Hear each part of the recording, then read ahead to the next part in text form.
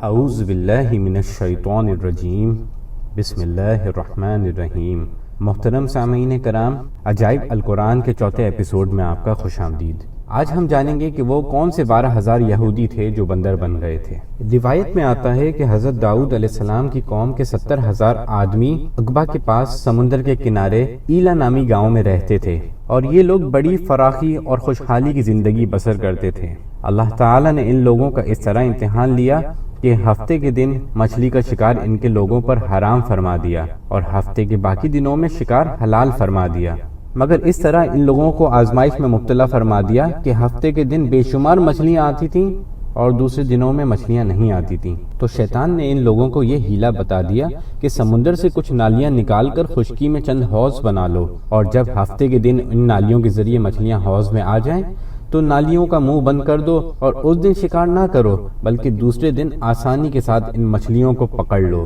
ان لوگوں کو یہ شیطانی ہیلا بازی پسند آ گئی، اور ان لوگوں نے یہ نہیں سوچا کہ جب مچھلیاں نالیوں میں اور حوض میں مقید ہو جائیں گی تو یہی ان کا شکار ہو گیا، اور ہفتے ہی کے دن شکار کرنا پایا گیا جو ان لوگوں کے لیے حرام تھا۔ اس موقع پر ان یہودیوں کے 3 گروہ ہو گئے۔ کچھ لوگ ایسے تھے جو شکار کے اس شیطانی ہیلا سے منع کرتے رہے اور ناراض و بیزار ہو کر شکار سے باز رہے، اور کچھ لوگ اس کام کو دل سے برا جان کر خاموش رہے۔ دوسرے کو منع نہ کرتے تھے، بلکہ منع کرنے والوں سے یہ کہتے تھے کہ تم لوگ ایسی قوم کو کیوں نصیحت کرتے ہو جنہیں اللہ تعالیٰ ہلاک کرنے والا یا سخت سزا دینے والا ہے۔ اور کچھ وہ سرکش و نافرمان لوگ تھے جنہوں نے حکم خداوندی کی اعلانیہ مخالفت کی اور شیطان کی ہیلا بازی کو مان کر ہفتے کے دن شکار کر لیا اور ان مچھلیوں کو کھایا اور بچا بھی لیا۔ تو جب نافرمانوں نے منع کرنے کے باوجود شکار کر لیا تو منع کرنے والی جماعت نے کہا کہ اب ہم ان سے کوئی ملاپ نہ رکھیں گے۔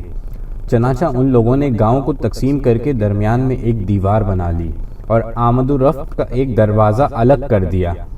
حضرت داؤد علیہ السلام نے غضبناک ہو کر شکار کرنے والوں پر لعنت فرما دی۔ اس کا اثر یہ ہوا کہ ایک دن خطاکاروں میں سے کوئی باہر نہیں نکلا، تو انہیں دیکھنے کے لیے کچھ لوگ دیوار پر چڑھ گئے تو کیا دیکھتے ہیں کہ وہ سب بندروں کی صورت میں مسخ ہو گئے ہیں۔ اب لوگ ان مجرموں کا دروازہ کھول کر اندر داخل ہوئے تو وہ بندر اپنے رشتہ داروں کو پہچانتے تھے اور ان کے پاس آ کر ان کے کپڑوں کو سونگتے تھے اور زار و قطار روتے رہتے تھے، مگر لوگ ان بندر بن جانے والے لوگوں کو نہیں پہچانتے تھے۔ ان بندر بن جانے والوں کی تعداد 12,000 تھی۔ یہ سب 3 دن تک زندہ رہے اور اس درمیان میں کچھ بھی کھا پی نہ سکے، بلکہ یوں ہی بھوکے پیاسے سب کے سب ہلاک ہو گئے۔ شکار سے منع کرنے والا گروہ ہلاکت سے سلامت رہا، اور صحیح قول یہ ہے کہ وہ دل سے برا جان کر خاموش رہنے والوں کو بھی اللہ تعالیٰ نے ہلاکت سے بچا لیا۔ اس واقعے کا اجمالی بیان تو سورہ بقرہ کی اس آیت میں ہے۔ ترجمہ: اور بے شک تم ان لوگوں کو جانتے ہو جو تم میں سے ہفتے کے بارے میں حد سے بڑھ گئے تھے، تو ہم نے کہہ دیا کہ تم لوگ دھتکارے ہوئے بندر ہو جاؤ۔ اس کا تفصیلی واقعہ اللہ تعالیٰ سورہ اعراف میں فرماتے ہیں۔ ترجمہ: اے رسول، ان یہود سے حال پوچھو اس بستی کا جو دریا کے کنارے تھی، جب وہ ہفتے کے بارے میں حد سے بڑھے، جب ہفتے کے دن ان کی مچھلیاں پانی پر تیرتی ہوئی ان کے سامنے آئیں اور جو دن ہفتے کا نہ ہوتا تو نہ آئیں۔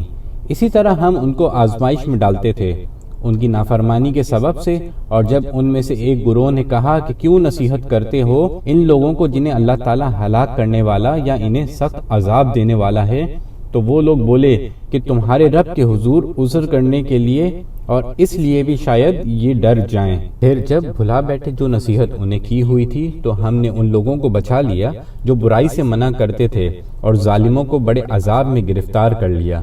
ان کی نافرمانیوں کا بدلہ دینے کے لیے پھر جب انہوں نے ممانعت کے حکم سے سرکشی کی تو ہم نے فرما دیا کہ تم لوگ دھتکارے ہوئے بندر ہو جاؤ۔ تو ناظرین کرام، یہ بڑی غور طلب بات ہے کہ کیا ہم اپنے روزمرہ کے معاملات میں اللہ کے حکم کی پاسداری کر رہے ہوتے ہیں؟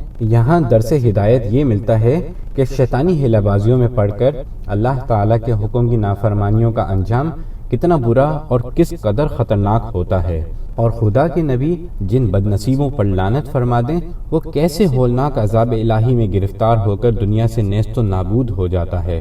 اصحاب ایلا کے اس دل ہلا دینے والے واقعے میں ہر مسلمان کے لیے بڑی عبرت اور نصیحت کا سامان ہے۔ کاش اس واقعہ سے مسلمانوں کے قلوب میں خوف خداوندی کی لہر پیدا ہو جائے اور وہ اللہ اور رسول کی نافرمانیوں سے بچ کر صراط مستقیم پر چل پڑیں اور دونوں جہان کی سربلندیوں سے سرفراز ہو کر اعزاز و اکرام کی سلطنت کے تاجدار بن جائیں۔ ہمارے اگلے ایپیسوڈ میں ہم جانیں گے کہ وہ کون سی ایسی گائے تھی جو کہ دنیا کی قیمتی ترین گائے قرار دی گئی۔ تب تک ہمیں اجازت دیجیے۔ السلام علیکم ورحمۃ اللہ وبرکاتہ۔